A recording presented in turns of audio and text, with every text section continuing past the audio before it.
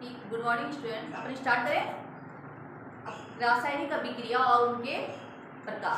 रासायनिक अभिक्रिया की डेफिनेशन अपन ने पिछले वाले लेक्चर में पढ़ी थी कि रासायनिक अभिक्रियाएं कैसे होती है और उनसे हमेशा नए पदार्थ का निर्माण होता है। मैंने आपको बताया था रासायनिक अभिक्रियाएं 7-8 प्रकार की होती है, बताया था। जवाब दिया करो बीच में। संयोजन अभिक्रिया किसे कहते हैं बताओ। सलोचना तुम बोलो, संयोजन अभिक्रिया किसे कहते हैं बोलो। अपना माइक ऑन करके बोलो।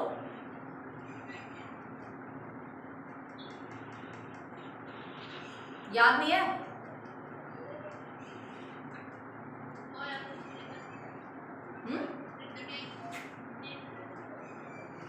साफ नहीं है आवाज, थोड़ा तेज बोलो।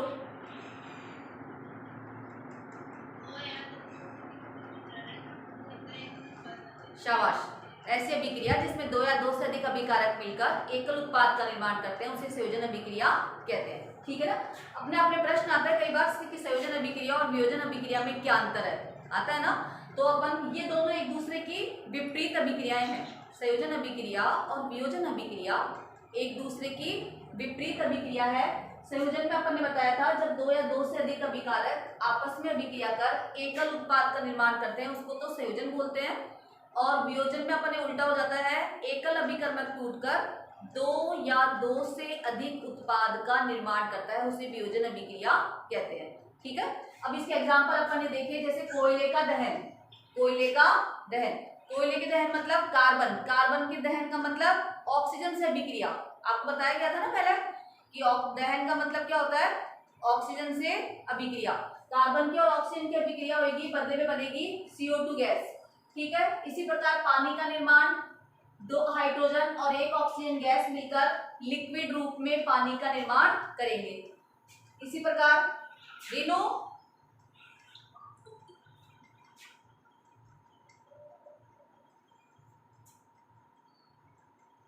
गुजर, हाँ ज्वाइन हो गया आज। ध्यान से सुनना और जो बताया है उसको याद भी करना है और इसके अलावा लिख के भी रखना है। ठीक है। बिना बुझा चूना CaO, calcium oxide. Calcium oxide को हिंदी में अपन अपनी भाषा में बोलते हैं बिना बुझा चूना। कैल्शियम ऑक्साइड का साधारण नाम क्या है, बिना बुझा चूना। जब इसकी अभिक्रिया पानी से कराते हैं, किससे, पानी से, पानी से कराते हैं तो बनता है बुझा हुआ चूना जिसका सूत्र है CaOH ऑल ट्वाइस। पहले, अब तो लोग कली नहीं करते, पहले लोग कली करते थे तो आप देखते थे कि वो मोटे मोटे कैल्शियम ऑक्साइड के टुकड़े होते थे, उनको एक गड्ढा सा बना लेते थे जिसमें डालते थे और फिर उसके अंदर पानी डालते थे।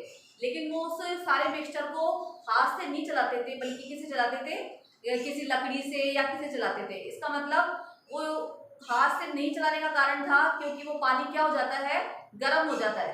जब कैल्शियम ऑक्साइड के अंदर अपन पानी डालते हैं, पानी में कैल्शियम ऑक्साइड डालते हैं तो जो पानी होता है ठंडा वो क्या हो जाता है, गर्म हो जाता है। तो संयोजन अभिक्रिया ऐसी अभिक्रिया है ज्यादातर। तो अपन को पता चला कि एक प्रकार की अभिक्रिया, नई अभिक्रिया का पता चला जिसका नाम है ऊष्माक्षेपी अभिक्रिया। कौन सी बोलो, किसमें बोला करो, ऊष्माक्षेपी अभिक्रिया। तो वह अभिक्रिया जिसमें अभिक्रिया के दौरान, लिख लो आप इसको, वह अभिक्रिया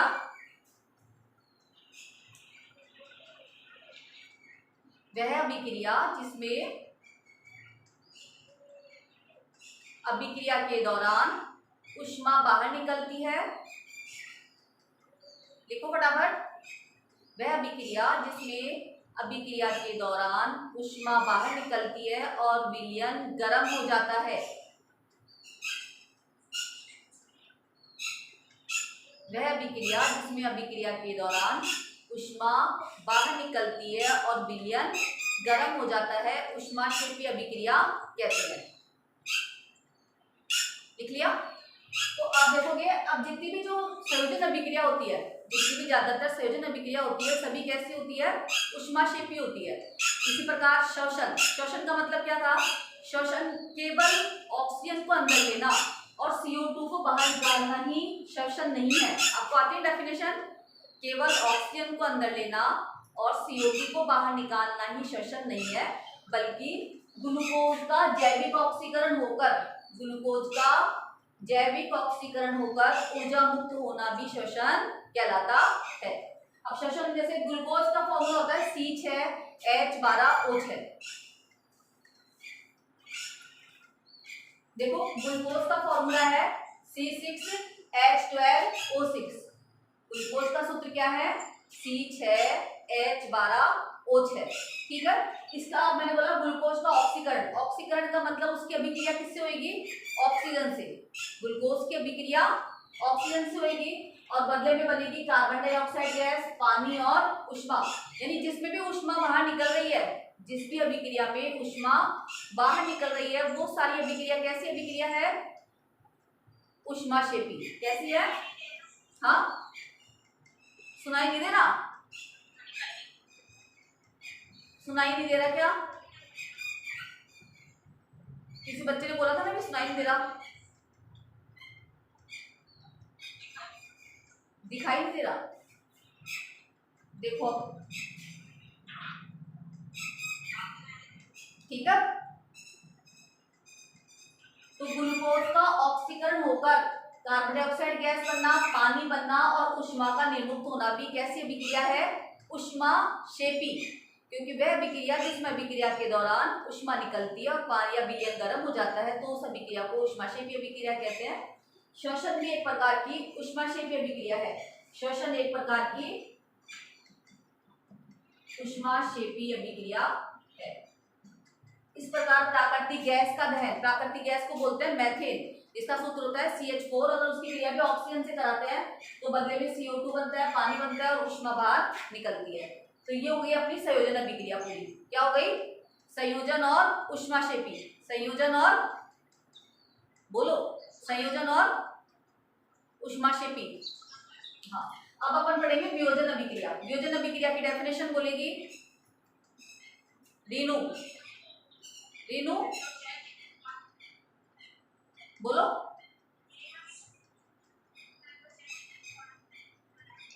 एकल अभिकर्मक टूटकर दो या दो से अधिक उत्पाद बनाता है, उसे वियोजन अभिक्रिया कहते हैं। वह अभिक्रिया जिसमें एकल, अब यहाँ पे मान लो ए था एक, उसने टूटकर दो बनाए, तो ये अभिक्रिया कैसी अभिक्रिया है? वियोजन अभिक्रिया। कैसी अभिक्रिया है? वियोजन।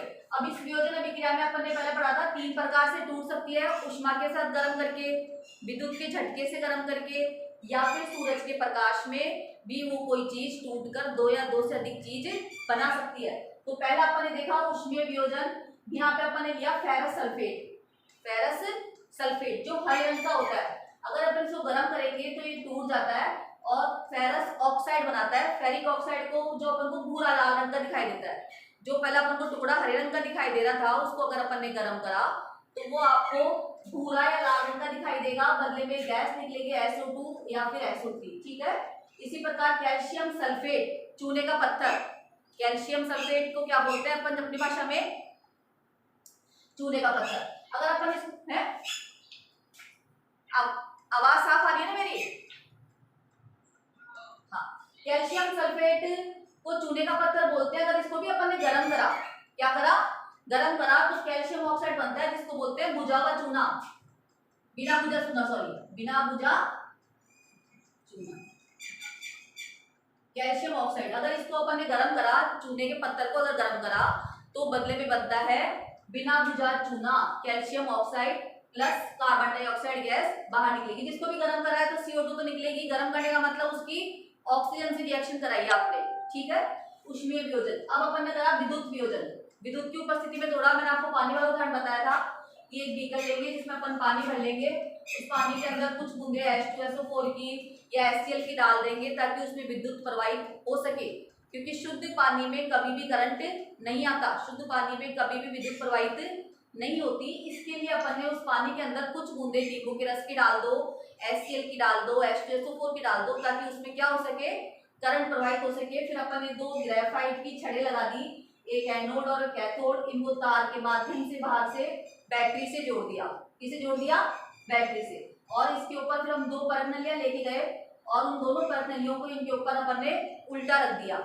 जैसे अपन ने पर्नली को उल्टा था और यहाँ से स्विच को ऑन किया तो हम देखते हैं कि दोनों पर्नली के ऊपर कुछ गैस आपको दिखाई देगी।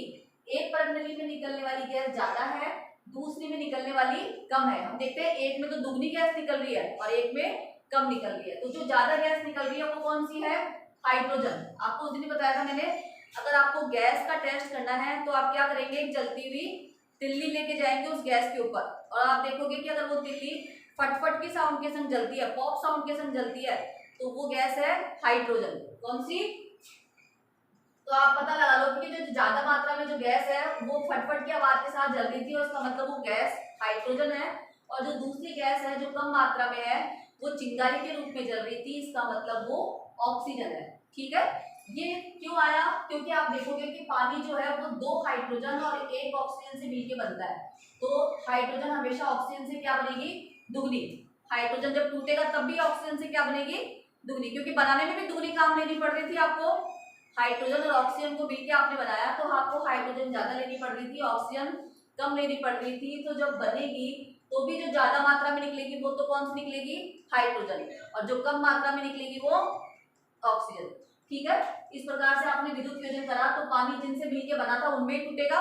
तो पानी हाइड्रोजन गैस और ऑक्सीजन गैस से मिलके बना था, इसलिए वो हाइड्रोजन गैस और ऑक्सीजन गैस में टूट जाता है। इसी प्रकार प्रकाशिक वियोजन, यानी किसी को अपन ने सूरज के प्रकाश में रख दिया और उसको सूरज की रोशनी में रखने से भी वो चीज टूट सकती है, अपने तत्वों में टूट सकती है, विभक्त हो सकती है। तो इसका मतलब हो जाएगा सूर्य के प्रकाश की उपस्थिति में वियोजन। जैसे सिल्वर क्लोराइड है, सॉलिड रूप में रहेगा, अगर आप इसको सूरज के प्रकाश में रख दोगे तो उससे सिल्वर अलग हो जाएगा, क्लोराइड अलग हो जाएगा। इसी प्रकार सिल्वर ब्रोमाइड है, उसको भी अगर अपन ने सूरज के प्रकाश में रख दिया टुकड़े को, जैसे इसका एक्सपेरिमेंट कर सकते हैं कि हम एक प्लेट लेंगे, प्लेट के अंदर सिल्वर क्लोराइड को रख देंगे, सिल्वर क्लोराइड को थोड़ी देर के लिए हम धूप के प्रकाश में रख देंगे, थोड़ी देर बाद हम देखते हैं कि वो जो सफेद रंग का था, जो सिल्वर क्लोराइड सफेद रंग का था, वो कैसा हो जाता है? काला। इसी प्रकार जो ब्रोमाइड था वो भी काले रंग का हो जाता है और बदले में गैस निकलती है। इससे जो मेथड का प्रयोग है वो पहले जो आप देखते हो फोटोग्राफी होती थी ना, पहले ब्लैक एंड व्हाइट फोटो खींचती थी, तो ये AgCl और AgBr का प्रयोग ब्लैक एंड व्हाइट फोटोग्राफी में किया जाता है। इसी प्रकार ऊष्माशोषी अभिक्रिया, जैसे अपन ने ऊष्माशेपी देखी थी वैसे ही अपनी अब अभिक्रिया है ऊष्माशोषी, उसके बिल्कुल विपरीत। जैसे संयोजन और वियोजन एक दूसरे के विपरीत है, वैसे ही ऊष्माशेपी और ऊष्माशोषी। ऊष्माशोषी अभिक्रिया कौन सी अभिक्रिया है? लिख लो आप, वह अभिक्रिया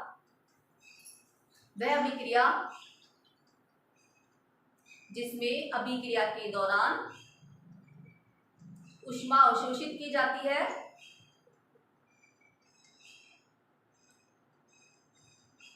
और विलयन ठंडा हो जाता है। वह अभिक्रिया जिसमें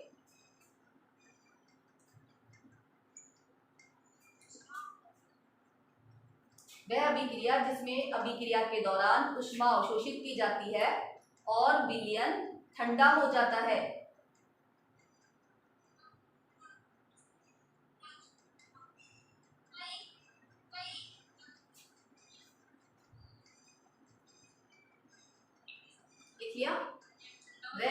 विलयन ठंडा हो जाता है, उसे ऊष्माशोषी अभिक्रिया कहते हैं।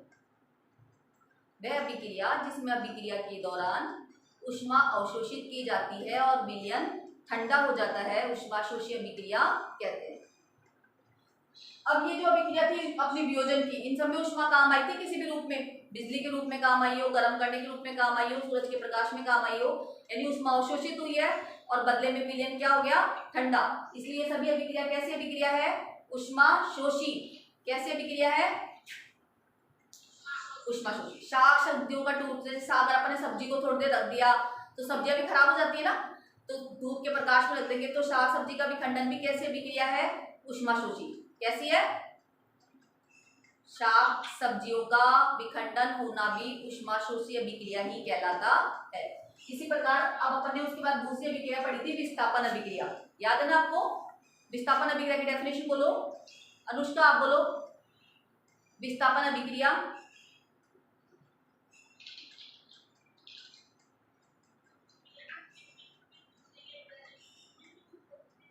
डेफिनेशन बोलो, पहले परिभाषा लिखाई थी ना?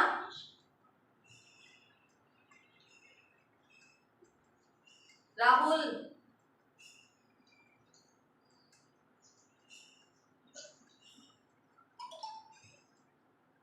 देखो दोबारा सुन लो, कोई बात नहीं। वह अभिक्रिया जिसमें अधिक अभिक्रियाशील तत्व कम अभिक्रियाशील तत्व को उसके यौगिक से हटाकर खुद जुड़ जाता है, उसे विस्थापन अभिक्रिया कहते हैं। वह अभिक्रिया जिसमें, लिख लो आराम से, कोई दिक्कत नहीं है। वह अभिक्रिया जिसमें अधिक अभिक्रियाशील तत्व कम अभिक्रियाशील तत्व को उसके यौगिक से हटाकर खुद जुड़ जाता है, विस्थापन अभिक्रिया कहलाती है। वह अभिक्रिया जिसमें अधिक अभिक्रियाशील तत्व कम अभिक्रियाशील तत्व को उसके यौगिक से हटाकर खुद जुड़ जाता है, विस्थापन अभिक्रिया कहलाती है। हो गया?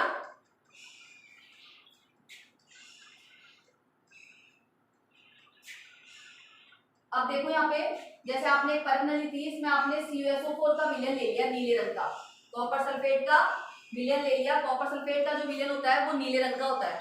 कॉपर सल्फेट का सॉल्यूशन अगर अपन देखेंगे तो कैसा दिखाई देता है? नीले रंग का। आपने एक परख नली ली, उसको स्टैंड में कस दिया, फिर आपने उसके अंदर वो कॉपर सल्फेट डाल दिया और ऊपर से एक धागे से कील लटका दी लोहे की। क्या लटका दी? ध्यान दो, लोहे की कील लटका दी। तो आप देखोगे जो कील थी वो भूरे रंग की हो जाती है थोड़ी देर बाद। कैसे रंग की हो जाती है? भूरे रंग की। और जो विलयन था पहले नीले रंग का था, वो हरे रंग का हो जाता है। विलयन जो नीले रंग का पानी था वो कैसे रंग का हो जाता है? हरे रंग का। क्योंकि क्या हुआ इसमें, क्योंकि इसने जो आपने जो लोहे की कील डाली उसमें था लोहा, है ना, Fe था उसमें। जो Fe जो था वो उस कॉपर से ज्यादा क्रियाशील था। Fe उस कॉपर से ज्यादा क्रियाशील था, तो उसने CuSO4 से इसको तो हटा दिया और खुद इसके अंदर चला गया और इसके ऊपर एक भूरे रंग की परत चढ़ गई। और ये विलयन जो है वो अब हरे रंग की जगह भूरे रंग का हो गया। नीले रंग की जगह किस रंग का हो गया? हरे रंग का हो गया। पहले नीले रंग का पानी था ना, ये किस रंग का हो गया? हरे रंग का, क्योंकि ये FeSO4 बन गया। क्या बन गया? FeSO4। और जो इसमें कॉपर था वो चला गया लोहे की कील पर। कहाँ चला गया? लोहे की कील पर, इसलिए उसका रंग कैसा हो गया? भूरा। इसी प्रकार ये तो थी विस्थापन अभिक्रिया का एग्जाम्पल। किसका? विस्थापन अभिक्रिया का। वह अभिक्रिया जिसमें अधिक अभिक्रियाशील तत्व कम अभिक्रियाशील तत्व को उसके यौगिक से हटाकर खुद जुड़ जाता है, उसे विस्थापन अभिक्रिया कहते हैं। ऐसे ही द्विविस्थापन अभिक्रिया मैंने बताई थी आपको। बोलो, डेफिनेशन याद है द्विविस्थापन अभिक्रिया की? बोलो, कोई भी एक बच्चा बोलो। हाँ,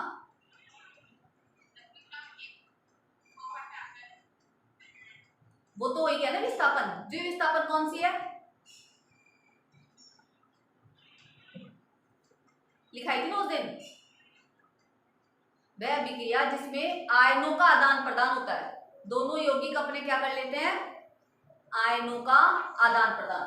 वह अभिक्रिया जिसमें दोनों यौगिक आयनों का आदान प्रदान कर उत्पाद का निर्माण करते हैं। वह अभिक्रिया जिसमें दोनों यौगिक आयनों का आदान प्रदान कर यौगिक का निर्माण करते हैं, द्विविस्थापन अभिक्रिया कहलाती है। लिखा करो साथ साथ और याद भी करा करो। वह अभिक्रिया जिसमें दोनों यौगिक आयनों का आदान प्रदान कर उत्पाद का निर्माण करते हैं, द्विविस्थापन अभिक्रिया कहलाती है। इस अभिक्रिया में सदैव, देखो सदैव जहाँ पे आ जाता है वो यूनिवर्सल ट्रूथ होता है। उसका मतलब उस अभिक्रिया में वो सदैव वो कभी भी अपन कराएंगे तो उसमें जो वो अवक्षेप है वो जरूर बनेगा। जैसे अभी इसका नाम बोलेंगे, इस अभिक्रिया में सदैव एक अवक्षेप का निर्माण होता है। भाई एक तो सॉल्यूशन बन जाएगा और एक क्या बनेगा? अवक्षेप। तो इस अभिक्रिया में सदैव एक अवक्षेप का निर्माण होता है, इसलिए इसे अवक्षेपण अभिक्रिया भी कहते हैं।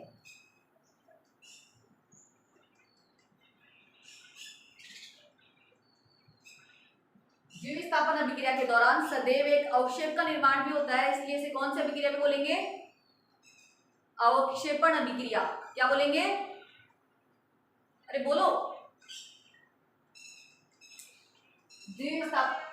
अवक्षेपण अभिक्रिया, द्विविस्थापन अभिक्रिया के दौरान सदैव एक अवक्षेप का निर्माण भी होता है, इसलिए इसे अवक्षेपण अभिक्रिया भी कहते हैं। अब जैसे अपन ने यहाँ पे सोडियम सल्फेट लिया, पानी AQ का मतलब है उसको पानी में घोलना, AQ का मतलब उसका जलीय विलयन, तो पानी में घोल के आपने उसका विलयन बनाया। BaCl2 का भी पानी में घोल के विलयन बनाया और इन दोनों की अभिक्रिया कराई तो BaSO4 तो सॉलिड रूप में मिल गया, BaSO4 सॉलिड रूप में मिल गया, श्वेत अविलय अवक्षेप, और बदले में NaCl बन गया। इसके अलावा पानी के अंदर तो NaCl बन गया, मतलब पानी में तो नमक का स्वाद आ गया, और बदले में एक श्वेत रंग का अवक्षेप बन गया जिसका नाम है BaSO4 बेरियम सल्फेट। तो ऐसी अभिक्रिया जिसमें अभिकारक आपस में आयनों का आदान प्रदान कर यौगिक का निर्माण करते हैं और सदैव एक अवक्षेप का निर्माण होता है, अवक्षेपण अभिक्रिया और द्विविस्थापन अभिक्रिया कहलाती है। अब ये मैंने जो आपको चार देखो 6 अभिक्रिया हो गई अपनी, कितनी हो गई? अरे कितनी हो गई? 6।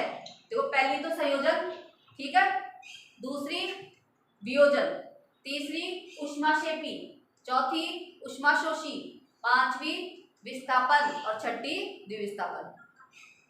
याद हो जाएगी? अरे 6 अभिक्रिया याद हो जाएगी? हाँ बोलो। अब अपन 2 अभिक्रियाओं के बारे में और अध्ययन करेंगे, ऑक्सीकरण अभिक्रिया और अपचयन अभिक्रिया। मिटा दो इसको, लिख लोगे ना आप लोग? लिख लेना, इनको मैंने डाल दिया है PDF।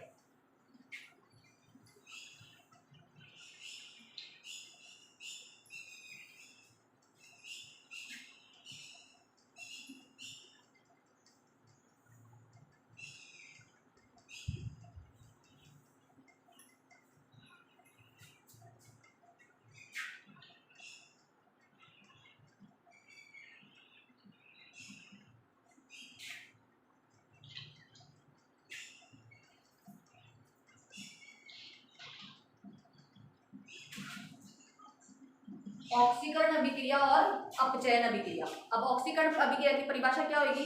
वह अभिक्रिया जिसमें अभिक्रिया में ऑक्सीजन का तो योग होता है, ऑक्सीजन का योग होता है, या फिर हाइड्रोजन बाहर निकलती है, या फिर लिख लो इसको आप, वह अभिक्रिया जिसमें ऑक्सीजन का योग होता है या हाइड्रोजन बाहर निकलती है, O2 का योग या H2 का निकलना, वह अभिक्रिया जिसमें ऑक्सीजन का योग होता है या फिर हाइड्रोजन बाहर निकलती है, ऑक्सीकरण अभिक्रिया कहलाती है। लिख लो फटाफट।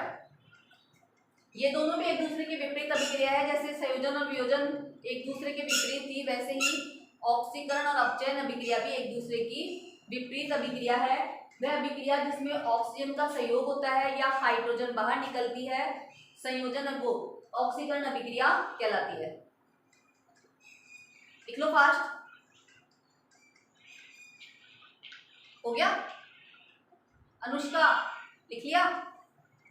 हाँ, तो जिसमें ऑक्सीजन का योग होता है या हाइड्रोजन बाहर निकलती है, उस अभिक्रिया को कौन सी अभिक्रिया बोलेंगे? ऑक्सीकरण अभिक्रिया। कौन सी? ऑक्सीकरण। और हाँ, और वह अभिक्रिया जिसमें ऑक्सीजन तो निकले, ऑक्सीजन का निकलना या हाइड्रोजन का जुड़ना, या हाइड्रोजन का, वह अभिक्रिया जिसमें ऑक्सीजन निकले या हाइड्रोजन जुड़े, ऑक्सीजन निकले और या फिर हाइड्रोजन जुड़े, तो उसे कौन सी अभिक्रिया बोलेंगे? अपचयन अभिक्रिया। अपचयन, ठीक है। दोनों की परिभाषा बिल्कुल एक दूसरे से उल्टी है। वह अभिक्रिया जिसमें ऑक्सीजन का योग हो या हाइड्रोजन बाहर निकले उसे तो ऑक्सीकरण अभिक्रिया, और वह अभिक्रिया जिसमें ऑक्सीजन निकले या फिर हाइड्रोजन जुड़ जाए तो उस अभिक्रिया को बोलेंगे अपचयन अभिक्रिया। क्या बोलेंगे? ध्यान दो बच्चों, उसको बोलेंगे अपचयन अभिक्रिया। और ऑक्सीकरण और अपचयन दोनों, अगर किसी अभिक्रिया में ऑक्सीकरण भी हो रहा है किसी यौगिक का और किसी का अपचयन भी हो रहा है, तो ऐसी अभिक्रिया को बोलते हैं रेडॉक्स अभिक्रिया। क्या बोलते हैं? रेडॉक्स। देखो ऑक्सीकरण को अंग्रेजी में बोलते हैं ऑक्सीडेशन और अपचयन को बोलते हैं रिडक्शन। ऑक्सीकरण अभिक्रिया को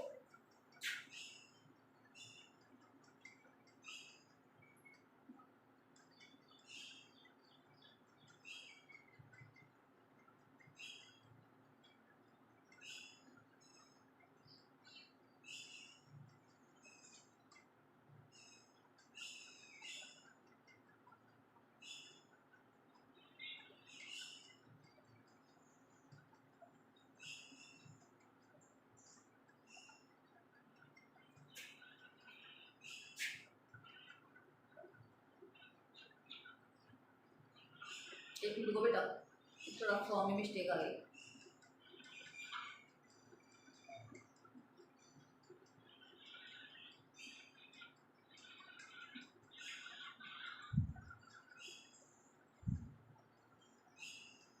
वह अभिक्रिया जिसमें ऑक्सीजन का योग हो या हाइड्रोजन निकले उसको तो ऑक्सीकरण अभिक्रिया बोलेंगे, और वह अभिक्रिया जिसमें ऑक्सीजन निकले या हाइड्रोजन जुड़े उसको अपचयन अभिक्रिया बोलेंगे। और मैंने आपको बताया है ऑक्सीकरण को अंग्रेजी में बोलते हैं ऑक्सीडेशन और अपचयन को अंग्रेजी में बोलते हैं रिडक्शन।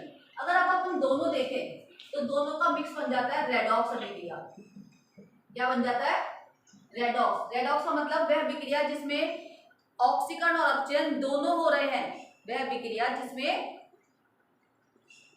लिख लो इसको भी, वह अभिक्रिया जिसमें ऑक्सीकरण व अपचयन दोनों होते हैं उसे रिडॉक्स अभिक्रिया या ऑक्सी उपापचय अभिक्रिया भी कहते हैं।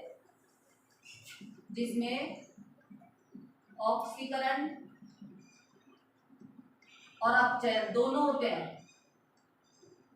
अभी मैं एग्जांपल बताती हूँ। देखो आप केवल ऑक्सीकरण का एग्जांपल जैसे C+O2 यानी ऑक्सीजन जुड़ गई तो आप इसको बोलेंगे ऑक्सीकरण। क्या बोलेंगे?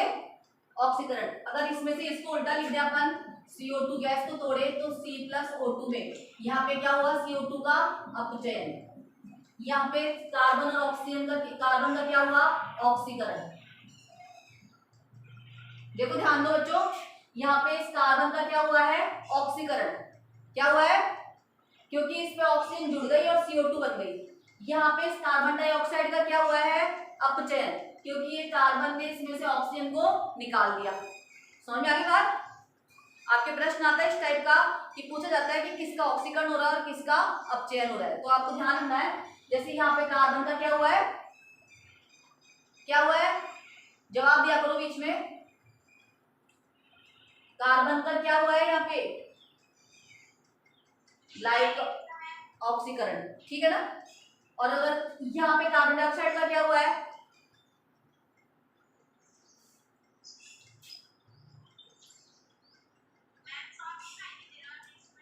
साफ सुनाई नहीं दे रहा? देखो अब सुनाई देना चाहिए, दिखाई तो चलो कोई बात नहीं, लेकिन सुनाई आपको साफ देना चाहिए।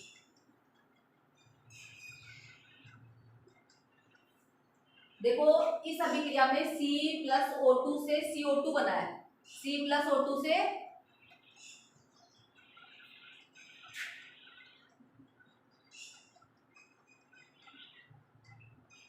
इस अभिक्रिया में अब दिख रहा है क्या? नहीं दिख रहा?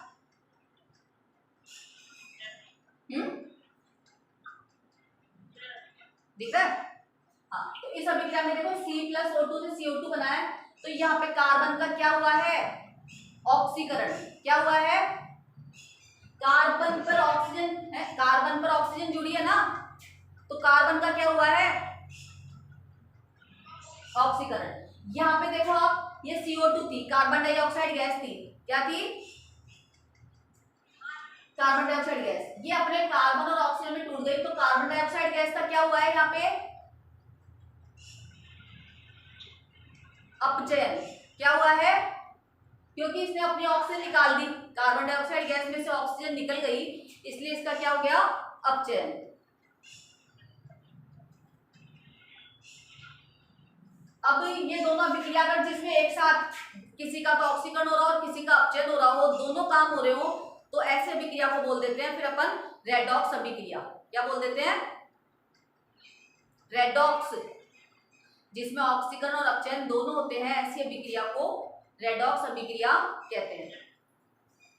अब देखो एग्जांपल देखो, जैसे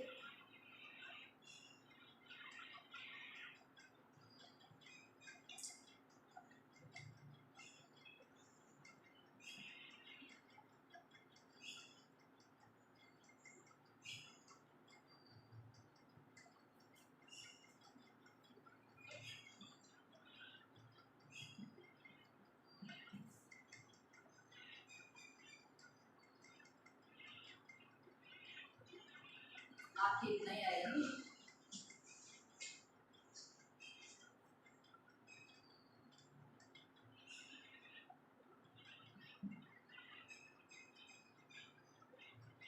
ये कॉपर था, तांबे का टुकड़ा था, उसको पानी में रखा तो उसका बन गया कॉपर ऑक्साइड। क्या बन गया? कॉपर का ऑक्साइड। और पानी जो था वो अपने हाइड्रोजन गैस में अलग हो गया मान लो। तो ये कॉपर जो था उसका तो क्या हुआ यहाँ पे? ऑक्सीकरण। क्या हुआ? क्योंकि कॉपर पे तो ऑक्सीजन जुड़ गई, कॉपर का तो क्या हुआ यहाँ पे? अरे कॉपर का क्या हुआ?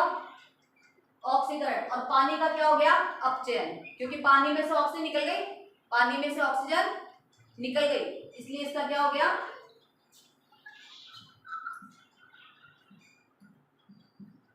Cu+H2O की अभिक्रिया कराई तो कार्बन, कॉपर का तो ऑक्साइड बन गया और पानी जो था वो अपने हाइड्रोजन पे टूट गया, तो पानी का तो अपचयन हो गया और कॉपर का ऑक्सीकरण हो गया।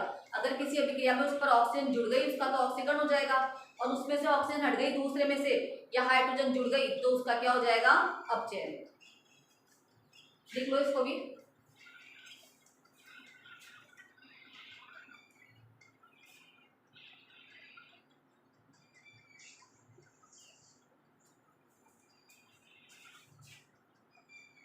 अब देखो अपन अगर ऐसा बने,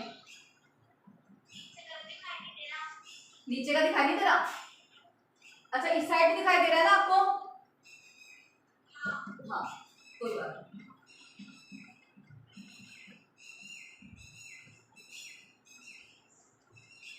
अब देखो यहाँ पे तो अपन ने कॉपर का ऑक्सीकरण करा था ना।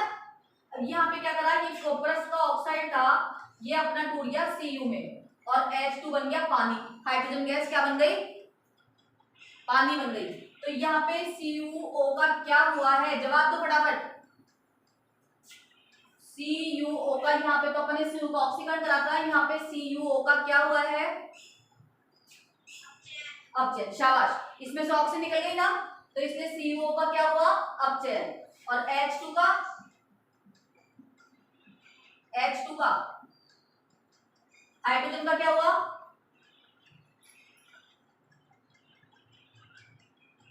हाइड्रोजन का क्या हुआ यहाँ पे?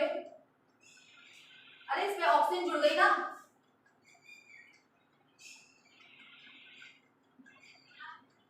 ये हाइड्रोजन। देखो दो चीज थी, CuO था और H2 था। CuO का तो आपने बोला अपचयन हो गया, और H2 का क्या हुआ?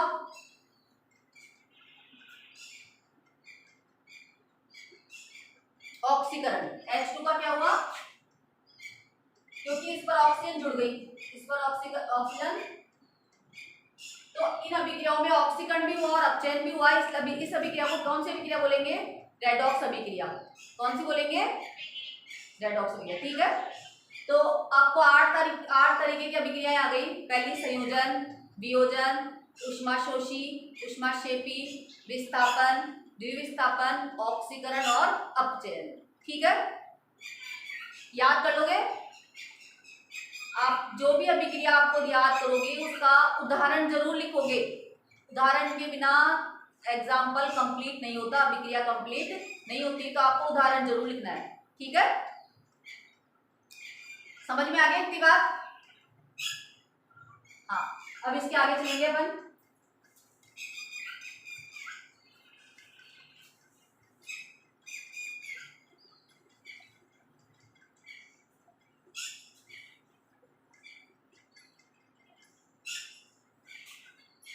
संक्षारण।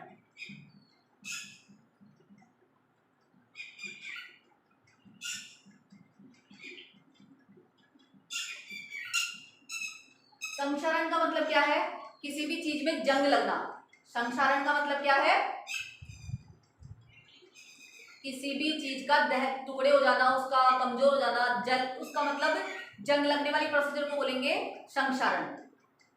ठीक है, जैसे अगर अपन ने लोहे को थोड़े दिन के लिए बाहर रख दिया, जहाँ पे बारिश में नमी वाली जगह रख दिया, तो उसकी वो वातावरण की नमी से क्रिया कर लेगा, ऑक्सीजन गैस से क्रिया कर लेगा, और उसके ऊपर एक प्रकार की परत सी चढ़ जाएगी, चढ़ जाती है ना, बोला करो बीच में। लोहे को अगर अपन ने नमी वाली जगह रख दिया तो उस पर एक प्रकार की परत चढ़ जाती है, क्योंकि वो वातावरण की ऑक्सीजन गैस से रिएक्ट कर लेता है और नमी से क्रिया कर लेता है, तो उस परत का चढ़ना, लोहे पर उस प्रकार की परत का चढ़ना, जंग लगना संक्षारण कहलाता है।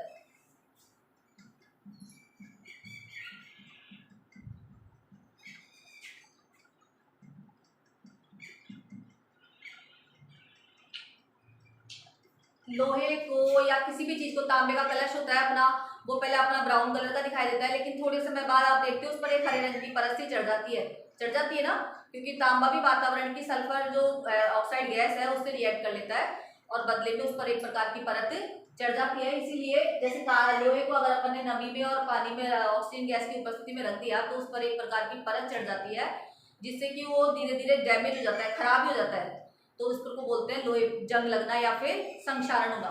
तो संक्षारण की परिभाषा क्या आ जाएगी?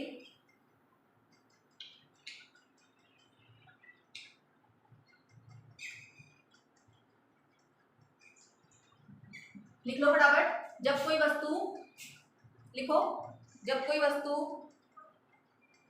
या धातु लिख लो ब्रैकेट में, मेनली धातु में आती है जंग, तो जब कोई धातु आर्द्रता, हवा,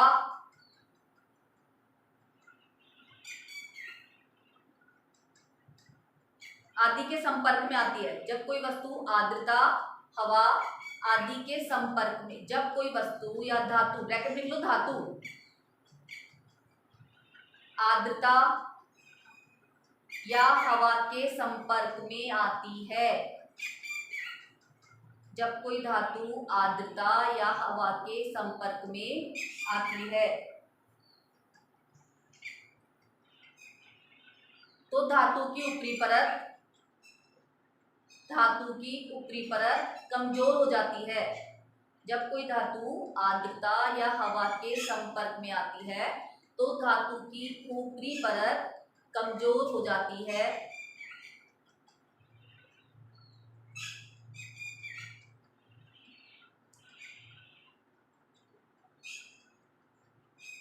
इसे संक्षारण या जंग लगना कहते हैं, इसे संक्षारण या जंग लगना कहते हैं।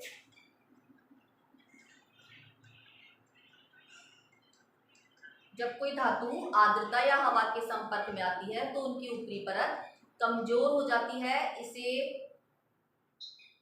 इसे संक्षारण या जंग लगना कहते हैं। लिख लिया सबने? हाँ, अब देखो उसके बाद अगर आपको जंग लगने से बचने के लिए क्या उपाय करते हो? किसी भी लोहे की वस्तु पर या किसी वस्तु पर जंग लग जाए तो जंग लगने से बचाने के लिए क्या उपाय करते हैं अपन?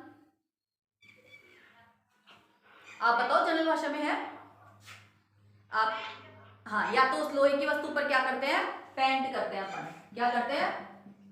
जंग से बचने के उपाय, जंग से बचने के पेंट करना। और दूसरा, और बताओ, ये तो 7वीं 8वीं में पढ़ चुके हो ना आप एक बार। यशद लेपन, यशद लेपन, यशद लेपन का मतलब है उस पर जस्ते की परत चढ़ा दी जाती है। लोहे की वस्तु पर जस्ते की परत चढ़ाना, लोहे की वस्तु पर जस्ते की परत चढ़ाना।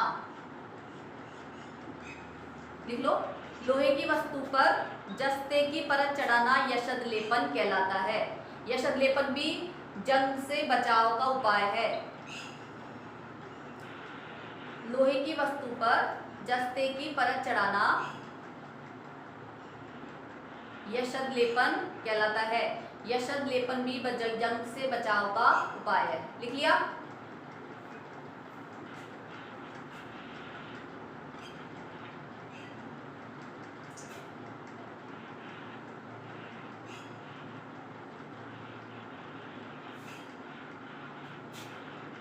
लिख लिया क्या आपने?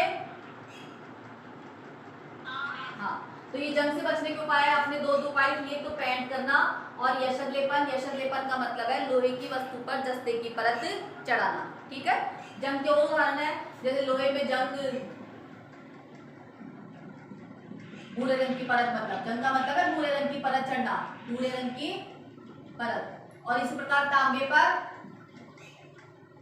तांबे का रंग कैसा हो जाता है? हरे रंग की परत चढ़ना, तांबे पर चांदी का काला होना, ये सब एक प्रकार की जंग है। लोहे पर जंग लगना, संक्षारण है ये एक प्रकार का। लोहे पर जंग लगना, तांबे के बर्तन का हरा हो जाना और सिल्वर की यानी चांदी की चीजों का काला पड़ जाना, ये सब एक प्रकार के संक्षारण के उदाहरण है। मतलब उनको डैमेज करते हैं, धातु को ऊपर से क्या करते हैं, वो कमजोर करते हैं। तो इनसे बचने के लिए, जैसे लोहे में जंग से बचने के लिए अपन को सब पे अशद लेपन नहीं करना कि चांदी की चीज पे भी अशद लेपन कर दिया, तांबे पर भी अशद लेपन कर दिया, ऐसा नहीं करना है। ये केवल लोहे पर जंग से बचाव के उपाय है, पेंट करना और यशद लेपन। ठीक है, लास्ट पॉइंट अपना रह गया अब विकृत गंधिता।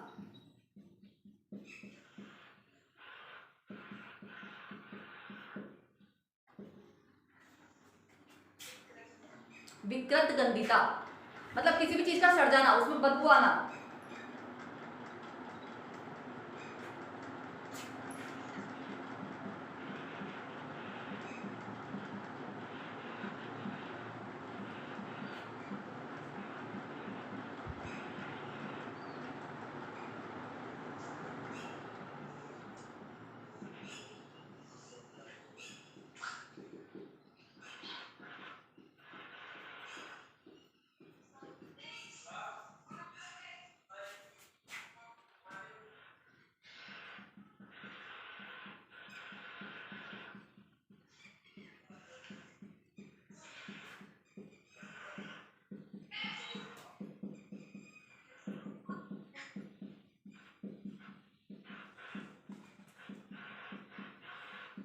देखो, विकृत गंधिता का मतलब है किसी चीज का खराब हो जाना। जैसे जनरल भाषा में अपन देखते हैं ना, कोई भी अपने तेल का आइटम है, तेल की चिपस है, कोई भी चीज अगर अपन को थोड़ी देर तक रख देते हैं तो उनमें अजीब सी स्मेल आने लग जाती है, आती है ना। तो तेलीय पदार्थों का वायु के संपर्क में आने पर, तेलीय खाद्य सामग्री का वायु के संपर्क में आने पर उपचयित हो जाना, ऑक्सीकृत हो जाना। तेलीय खाद्य सामग्री का हवा के संपर्क में आने पर ऑक्सीकृत हो जाना या उपचयित हो जाना। ऑक्सीडेशन समझते हो ना, कि वातावरण की ऑक्सीजन से क्रिया कर लेते हैं वो चीजें, क्योंकि तो तेलीय खाद्य सामग्री का वायु के संपर्क में आने पर उपचयित हो जाना और जिससे उनके स्वाद और गंध में परिवर्तन होना, जिससे उनके स्वाद और गंध में परिवर्तन होना विकृत गंधिता कहलाता है। तेलीय खाद्य सामग्री का हवा के संपर्क में आने पर ऑक्सीकृत हो जाना, जिससे उनके स्वाद और गंध में परिवर्तन हो जाना ही विकृत गंधिता कहलाता है। लिख लिया?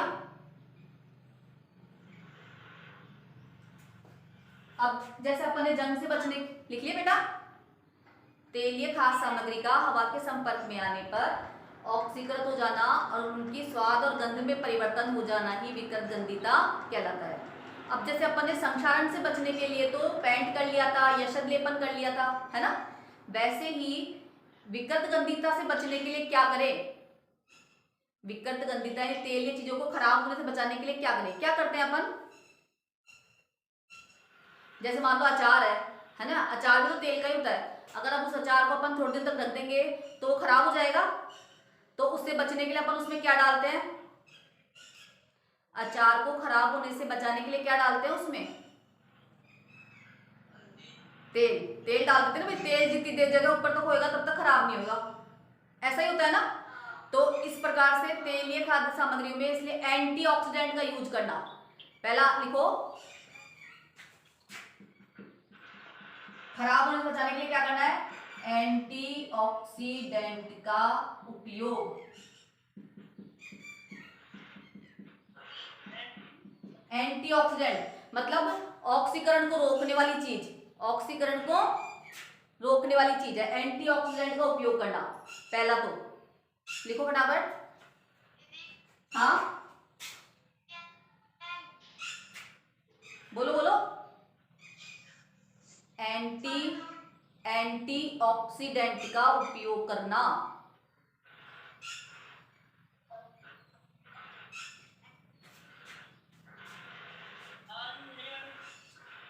क्या हो गया,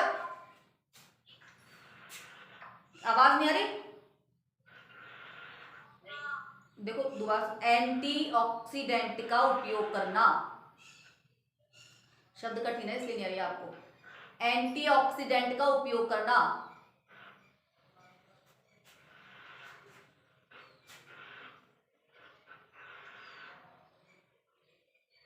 एंटीऑक्सीडेंट का उपयोग करना।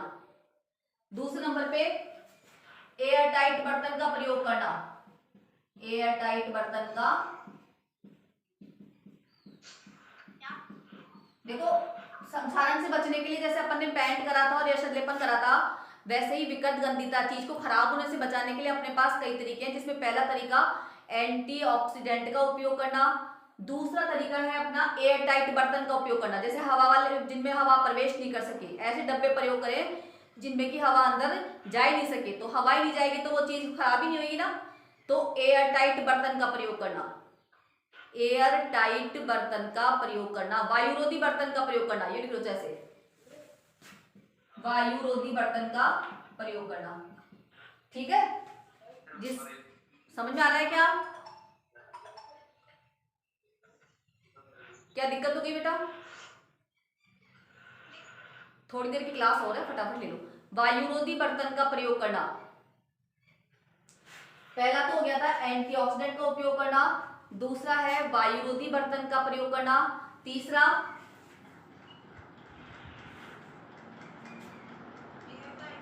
हाँ एयर टाइट वायुरोधी, कुछ लिख लो बेटा।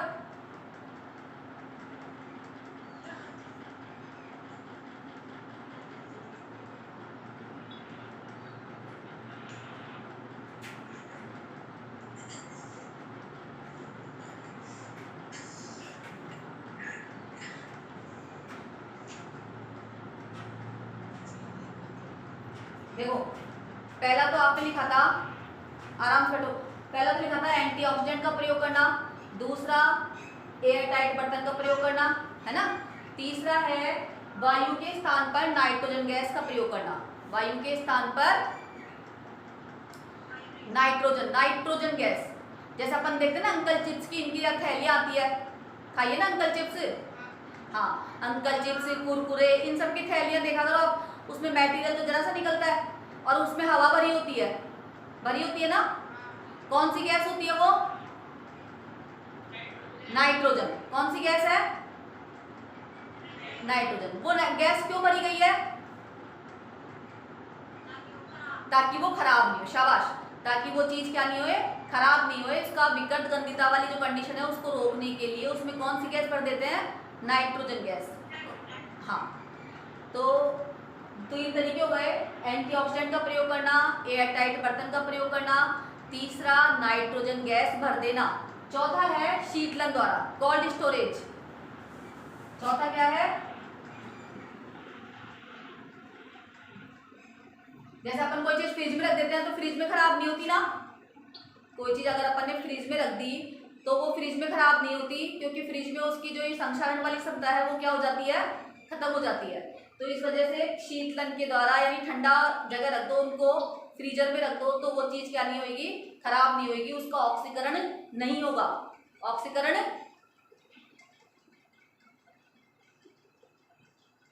चार तरीके, हाँ चार तरीके हो गए, एंटीऑक्सीडेंट का प्रयोग करना, एयर टाइट बर्तन का प्रयोग करना, और वायु के स्थान पर नाइट्रोजन गैस का प्रयोग, और चौथा है शीतलन के द्वारा, मतलब ठंडी जगह रख के। शीतलन द्वारा मतलब फ्रिज में रख के, फ्रिज में रखते हैं तब भी खराब नहीं होती ना चीज। हाँ है, क्या कह रहे हो? हाँ CFCS, हाँ हो गया। तो बच्चों इस पार्ट में जितनी भी 8 तो आपकी अभिक्रियाएं आ गई, सबके एग्जाम्पल, डेफिनेशन, विकृत गंधिता और संक्षारण, ये अपन ने इतने पॉइंट पढ़े हैं। वो आप सबको मैंने नोट्स डाल दिए, वो लिख भी लेने हैं और याद भी करने हैं, ठीक है। अब जो अपनी नेक्स्ट क्लास होगी उसमें मैं क्वेश्चन आंसर डालूंगी, तो आप उन क्वेश्चन आंसर को याद करके रखना। मैं पूछूंगी उसको, क्योंकि इसमें आपकी बार जो क्लास होगी उसमें आपको बोलना है और मैं सुनूंगी, ठीक है ना। तैयार करके आना। अभी तक कोई दिक्कत तो ना है, समझ में आ रहा है ना? हाँ, अब अपने अपनी प्रेजेंट बोलो, जो जो प्रेजेंट है वो बोलते जाओ एक बार। फर्स्ट ना अनुष्का यादव, शाबाश। आगे एक एक बोलो। अलका गुजर और सरोजना गुजर, है ना, दोनों एक साथ हो तुम। चलो आगे। रीना यादव, ललिता यादव, ठीक है। आगे